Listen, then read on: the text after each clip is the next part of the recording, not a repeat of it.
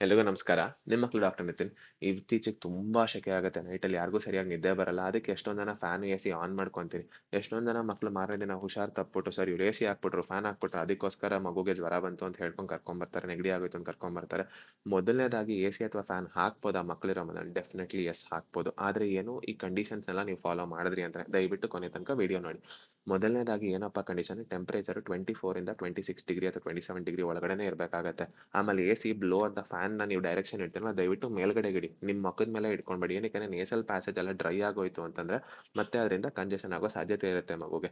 ಆಮೇಲೆ ಏನು, ಅವಾಗ ಎಸಿ ಫಿಲ್ಟರ್ಗಳನ್ನೆಲ್ಲ ಕ್ಲೀನ್ ಮಾಡಿಸಿ ಚೇಂಜ್ ಮಾಡಿಸ್ತಾ ಇರಬೇಕು, ಸರ್ವಿಸ್ ಕರೆಕ್ಟಾಗಿ ಮಾಡಿಸಿ. ಅದು ಬಿಟ್ರೆ ಏನ್ ಮಾಡ್ಬೇಕು ಅಂದ್ರೆ ಕ್ರಾಸ್ ವೆಂಟಿಲೇಷನ್ ಚೆನ್ನಾಗಿರ್ಬೇಕಂದ್ರೆ ವೆಂಟಿಲೇಷನ್ ನೀಟಾಗಿ ಮೇಂಟೈನ್ ಆಗ್ತಿದ್ಯಾ, ಆಮೇಲೆ ಹ್ಯೂಮಿಡಿಫೈಯರ್ ಇದೆಯಾ ನಿಮ್ದು ಎಸಿ, ಅದನ್ನ ದಯವಿಟ್ಟು ನೋಡ್ಕೊಳ್ಳಿ.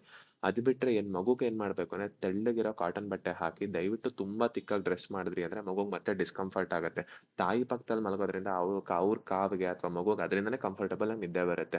ಎರಡನೇ ಪ್ರಶ್ನೆ, ಫ್ಯಾನ್ ಹಾಕ್ಬೋದಾ? ಡೆಫಿನೆಟ್ಲಿ ಎಸ್ ಹಾಕ್ಬೋದು. ಯಾವಾಗಾರ ಫ್ಯಾನ್ ನ ಸ್ಪೀಡ್ ಜಾಸ್ತಿ ಹಾಕಂಗಿಲ್ಲ, ಡೈರೆಕ್ಟ್ ಮಗು ಮೇಲೆ ಗಾಳಿ ಬೀಸೋಂಗ್ ನೋಡ್ಕೊಂಬೇಡ. ದೂರದಲ್ಲಿ ಫ್ಯಾನ್ ಇದೆ, ಆಮೇಲೆ ಫ್ಯಾನ್ ನೀವು ಮೈಲ್ಡ್ ಆಗಿ ಇಡ್ತಿದ್ದೀರಾ, ಧಾರಾಳವಾಗಿ ಯೂಸ್ ಮಾಡ್ಬೋದು.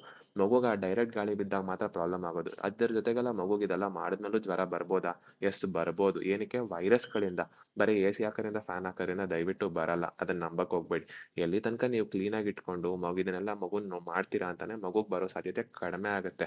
ವೈರಸ್ ಗಳಿಂದ ಜ್ವರ ಬರುತ್ತೆ ಎಸಿ ಮತ್ತೆ ಫ್ಯಾನ್ ಹಾಕೋದ್ರಿಂದ ಅಲ್ಲ. ದಯವಿಟ್ಟು ಯಾವ ತಾಯಿನೂ ಬ್ಲೇಮ್ ಮಾಡಕ್ ಹೋಗ್ಬೇಡಿ ಅದನ್ನ. ಇದಕ್ ಬೇಕಾಗಿರೋ ಅಂತವ್ರಿಗೆ ಶೇರ್ ಮಾಡ್ಬಿಟ್ಟು ನೀವು ಸೇವ್ ಮಾಡ್ಕೊಳ್ಳಿ. ಧನ್ಯವಾದ.